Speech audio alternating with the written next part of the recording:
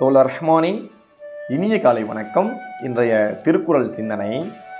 அதாவது நம்ம நடைமுறை வாழ்க்கையில் பார்த்துக்கிட்டோம்னா நாம் நிறையா பேத்துக்கு தானம் தர்மம் கொடுப்போம்.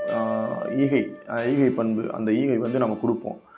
ஆனால் நாம் கொடுக்குற ஈகை கரெக்டாக தான் கொடுக்குறோமா அப்படின்னு பார்த்தோம்னா எனக்கு தெரிஞ்ச வரைக்கும் நிறையா பேர் அந்த தான தர்மம் பண்ணுறேன், ஈகை பண்பு, அந்த ஈகை கொடுக்குறேன் அப்படிங்கிற பேரில் அதை எப்படி கொடுக்கணும்னு தெரியாமல் கூட நம்ம கொடுத்துக்கிட்டு இருக்கோம்.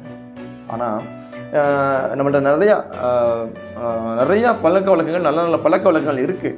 ஆனால் அதை எப்படி நம்ம சரியாக பயன்படுத்தணும் அப்படிங்கிறது நிறையா பேருக்கு தெரியறதில்ல.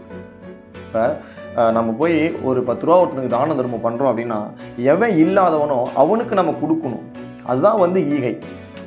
நம்ம இருக்கிறவன்டே போயிட்டு கொடுத்தோம்னா அது என்னென்னா அதாவது பிற்பயனை எண்ணி அது நம்ம கொடுக்குற மாதிரி ஆயிரும்.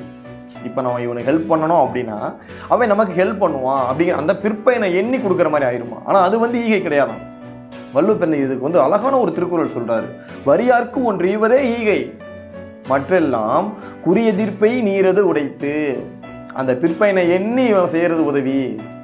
ஏன்னா இன்னைக்கு நம்ம செஞ்சோம் அப்படின்னா நாளைக்கு அவன் நம்ம செய்வான் அப்படிங்கிறத எண்ணி செய்கிறது அது ஈகை ஆகாதான். ஏன்னா நம்ம முடிஞ்ச அளவுக்கு எப்பவுமே அந்த பிற்பயனை எண்ணாமல் ஏழைகள், வயதானவர்கள், அந்த நோய்வாய்ப்பட்டவங்க, கைகால் ஊனமானவங்க, இவர்களுக்கு முடிஞ்ச அளவுக்கு உங்களோட தான தர்மத்தை கொடுங்க.